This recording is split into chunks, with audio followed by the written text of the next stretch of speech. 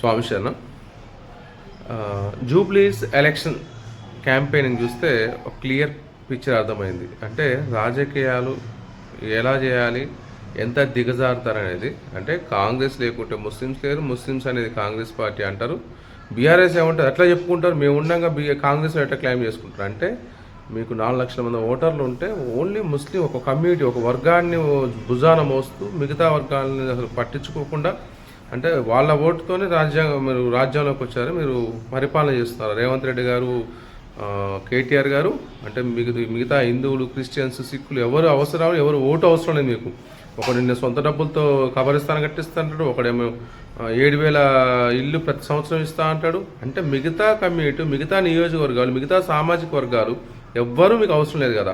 హిందువులకు ఉన్నది ఒకటే దేశం, భారతదేశం. హిందువులకు ఉన్నది ఒకటే పార్టీ, అది భారత జనతా పార్టీ మాత్రం. హిందువులారా జాగ్రత్తగా ఉండండి. ఈ మత రాజకీయాలు చేసే కాంగ్రెస్ని, బీఆర్ఎస్ని ఎట్టి పరిస్థితి నమ్మొద్దు. వీళ్ళు అంటే ఎంత దిగజారుతారో మీకు అర్థమవుతుంది, చూస్తుండండి. అంటే మనుషుల్లా కూడా గుర్తించట్లేదు. సరే రిజర్వేషన్లు అవన్నీ పక్కన పెట్టండి, మిగతా కమ్యూనిటీస్ని మనుషుల్లాగా గుర్తించుకుంటూ ఒకటే సామాజిక వర్గాన్ని భుజాన మోస్తూ మిగతా వాళ్ళని హీనంగా చూసడం అనేది ఎట్టి పరిస్థితులు ఉపేక్షించాల్సిన అవసరం లేదు. వీళ్ళని ఎక్కడ పెట్టాలి అక్కడే పెట్టాలి. ఓటు అనే హక్కుతో వీళ్ళని సామాజికంగా బహిష్కరించాలి.